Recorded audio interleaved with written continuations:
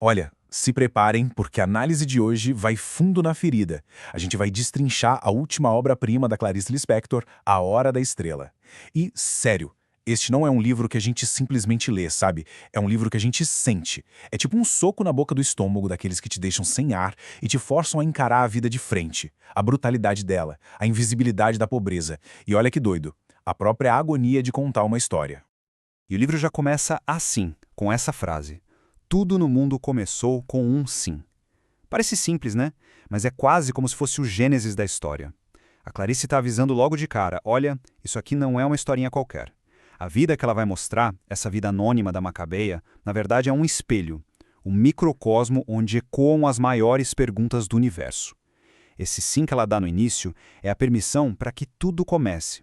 O horror e a beleza da existência, tudo junto. E é aqui que a coisa começa a ficar complexa. Porque antes mesmo da gente conhecer a protagonista, a Clarice joga na nossa cara quem tá contando a história. Um narrador, o tal do Rodrigo SM. E atenção, ele não é uma voz neutra não, de jeito nenhum. Ele é um personagem por si só. Um cara que, olha, sangra e sofre para conseguir colocar no papel, para parir a história que ele precisa contar.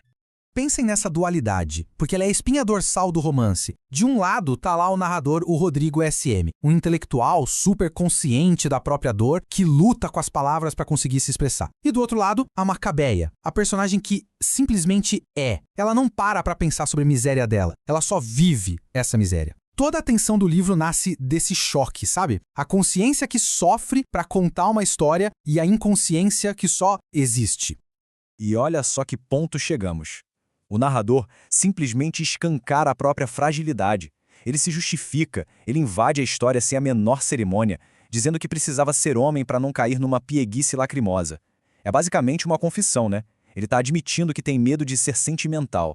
É uma tentativa desesperada de manter uma distância, de ser frio com a Macabeia, a criatura que o atormenta e ao mesmo tempo por quem ele sente uma dor, nossa, uma dor gigantesca. Ok, vamos agora mergulhar no centro do furacão do Rodrigo S., que é a Macabeia. Quem é ela?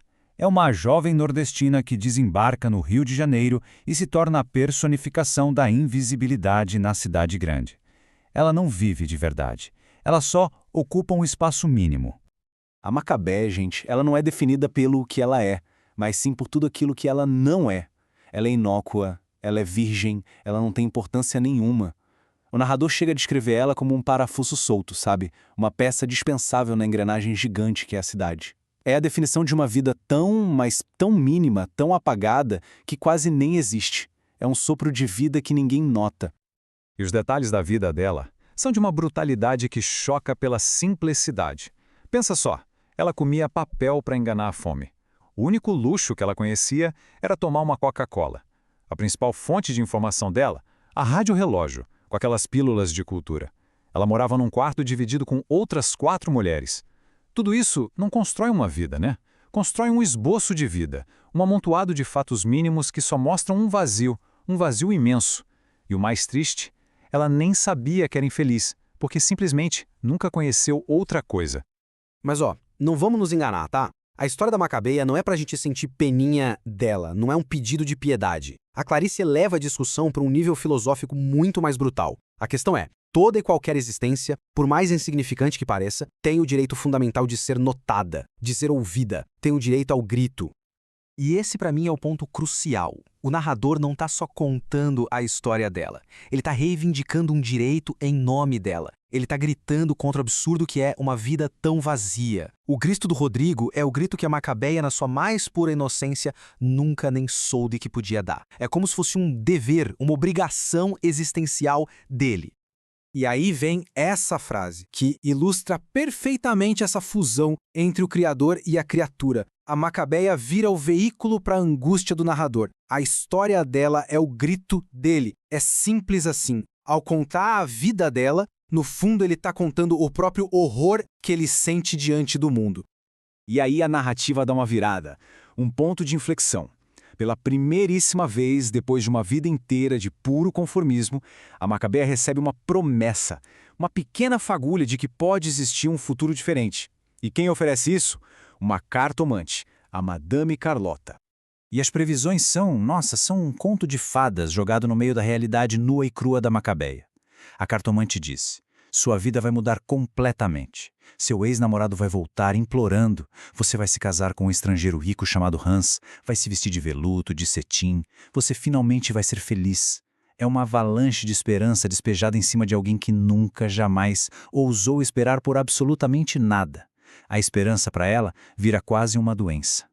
E então vem o golpe, a facada. A mesmíssima cartomante que acabou de prever um futuro brilhante para Macabeia revela, assim com uma naturalidade que dá até arrepio, a previsão que ela fez para a cliente anterior. Ela diz isso aí. Essa frase cria uma ironia trágica que é simplesmente insuportável, porque nós sabemos do perigo. Mas a Macabeia, ela sai de lá cheia da mais pura e ingênua esperança. Bom, e agora a gente chega no clímax, no ápice do livro. E sem exagero, é um dos finais mais impactantes de toda a literatura brasileira. É o momento em que o destino resolve cumprir a sua promessa, só que da forma mais perversa e, ao mesmo tempo, mais transcendente que se possa imaginar. A imagem que a Clarice usa é de uma força. Macabeia sai da cartomante e ela não está mais vazia. Ela está, nas palavras do livro, grávida de futuro. Pensem nisso. Pela primeira vez na vida, ela carrega dentro dela a possibilidade de uma outra vida. Um peso de esperança tão grande que ela mal consegue suportar. E o jeito que a profecia se cumpre é de uma ironia que dilacera. Um Mercedes amarelo, enorme, um transatlântico, como diz o livro, a atinge. Justamente um Mercedes amarelo, o maior símbolo da riqueza que foi prometida para ela. O carro do tal Hans, que nunca ia chegar, se torna um instrumento do seu fim. A promessa de futuro e a destruição se encontram num único instante, violento e definitivo.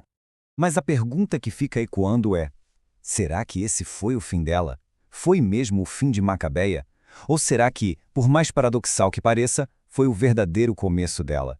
O que a Clarice mostra pra gente é que naquele momento ali, caída no chão, acontece algo muito, mas muito mais profundo. Porque é aqui que está a chave de tudo, a explicação do título do livro. Ali, caída na sarjeta, sangrando, a Macabeia finalmente vira o centro das atenções. As pessoas se juntam em volta, olham para ela. Pela primeira e única vez na vida inteira, ela é a protagonista. A morte dela é o seu momento de estrelato, é a sua hora da estrela. E essa análise toda nos deixa com essa pergunta, né? Uma pergunta que fica martelando na nossa consciência. É preciso morrer para finalmente brilhar? A hora da estrela nos assombra com essa possibilidade terrível, a de que para os invisíveis do mundo, para as macabeias da vida, o único instante de protagonismo, o único momento de glória, seja de fato o seu último suspiro.